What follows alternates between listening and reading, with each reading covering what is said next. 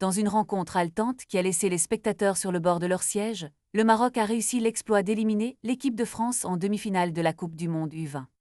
La fin du match a été marquée par une tension palpable alors que le score était d'un partout avant que le sort ne se décide au tir au but.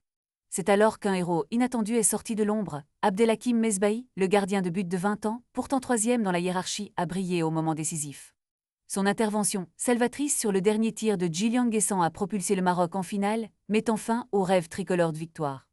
Le parcours marocain a débuté sur une note tragique, avec la blessure de leur gardien numéro 1, Yanni Benchaouch, qui réalisait déjà des arrêts décisifs avant d'être contraint de quitter le terrain à la 64e minute. Ibrahim Gomi a pris le relais, mais il a dû faire face à une pression immense dans les prolongations. Le sélectionneur, Mourad Medouabi, a alors pris un risque audacieux en faisant entrer Mesbahi, connu pour sa capacité à briller lors des tirs au but. Cette décision s'est avérée payante lorsque Mesbahi a su repousser l'ultime tir d'Nguessan, scellant ainsi le sort de la rencontre. Au Maroc, nous avons de très bons gardiens, qu'ils soient sur le banc ou non, a déclaré Benchaouch, soulignant la profondeur du talent dans le secteur gardien. Alors que l'équipe marocaine se prépare pour la finale contre l'Argentine, l'incertitude demeure quant à l'identité du gardien titulaire. Néanmoins, une chose est claire, la victoire est la priorité absolue, et les performances de Gomi et de Mesbahi ont prouvé que le Maroc peut compter sur un large éventail de talents.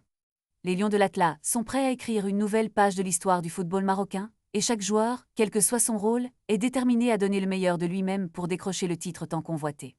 La finale approche, et le Maroc est plus déterminé que jamais à réaliser un rêve qui semble à portée de main.